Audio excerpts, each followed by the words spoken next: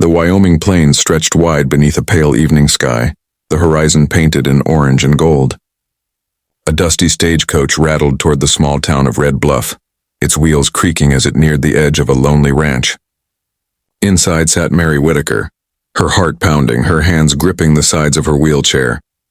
She had traveled hundreds of miles answering an advertisement from a widowed rancher, seeking a wife and mother for his young son.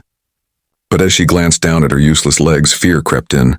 Would he turn her away once he saw her condition? The coach stopped in front of a small wooden house, its porch shaded by the setting sun. Mary's driver stepped down and helped her out carefully, lowering her chair onto the dusty ground. Her bonnet hid most of her face as she adjusted her shawl. A tall man stood by the corral, wiping his hands on his jeans. His name was Ethan Cole, broad-shouldered, sun-tanned, and worn by years of ranch life. At his side stood a small boy no older than 8, clutching a wooden horse. Ethan's brow furrowed slightly when he saw the wheelchair, but his expression softened as their eyes met. Mary's voice trembled as she spoke. "Mr. Cole, I'm sorry. I should have told you in my letters." Ethan took a slow breath and walked forward. "Mrs. Whitaker," he said kindly, "you made the trip all the way out here alone. That tells me more than any letter could." His words eased the tightness in her chest. The little boy stepped closer, peering at her curiously. "Pa," he whispered, "is she gonna be my new ma?" Ethan smiled faintly. "If she'll have us," he said. And for the first time, Mary felt like maybe, just maybe, she'd found her place. That evening, Ethan carried Mary's bags into the house. She tried to help, but he gently shook his head. "You've done enough traveling," he said. Inside, the cabin was warm and simple. Wooden furniture, a crackling fire, and the faint smell of stew. Ethan's son, Tommy, sat across from her at the table, studying her every move. "Does it hurt?" he asked, pointing to her legs. Mary smiled softly. "Not anymore, sweetheart. Just doesn't work like they used to." Tommy nodded seriously, as though understanding far beyond his age. Ethan watched the exchange quietly, something stirring in his chest he hadn't felt in years. Days turned into weeks, and Mary began to make the ranch feel like a home. Though she couldn't walk, she managed everything from her chair, mending clothes, baking bread, even teaching Tommy his letters. Ethan found himself drawn to her resilience. One evening he came in from the fields, his shirt damp with sweat, to find Mary singing softly while sewing by the fire. The sound filled the cabin with peace. "You've got a way of making quiet sound like music," he said with a shy grin. Mary blushed, looking down at her hands. Maybe quiet's just what we both needed. But not everyone in Red Bluff welcomed her. When Ethan took Mary into town for supplies, folks stared. Whispered words followed them down the street. "A crippled wife?" one man muttered. "Cole's gone soft." Mary felt each word like a sting. That night she tried to hide her tears, but Ethan noticed. "Don't you mind them," he said, his voice low and steady. "They don't know what strength looks like." He knelt beside her, taking her hands in his rough palms. "You've done more for this place than I ever could." She met his gaze, eyes glistening. "You really believe that?" he nodded. "With all my heart." As spring rolled in, Mary found a way to help even more. Using scraps of leather and wood, she built a small harness system near the barn, allowing her to guide the horses from her chair.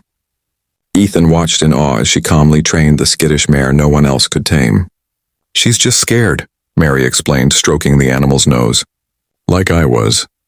The horse leaned into her touch and Ethan's chest tightened. In that moment he saw her not as someone broken, but as someone unshakably strong. That night he couldn't sleep, the sound of her laughter echoing in his mind. One afternoon, disaster struck. A thunderstorm rolled in from the west, dark clouds swallowing the sky. Lightning cracked and Tommy, playing near the river, slipped into the fast current. Ethan sprinted toward the sound of his son's cries, but the mud was deep, slowing him down. Mary saw everything from the porch. Without a second thought, she pushed her wheelchair into the storm, wheels sinking into the muck. She reached the bank, grabbed a long branch, and shouted, "Tommy, grab hold!"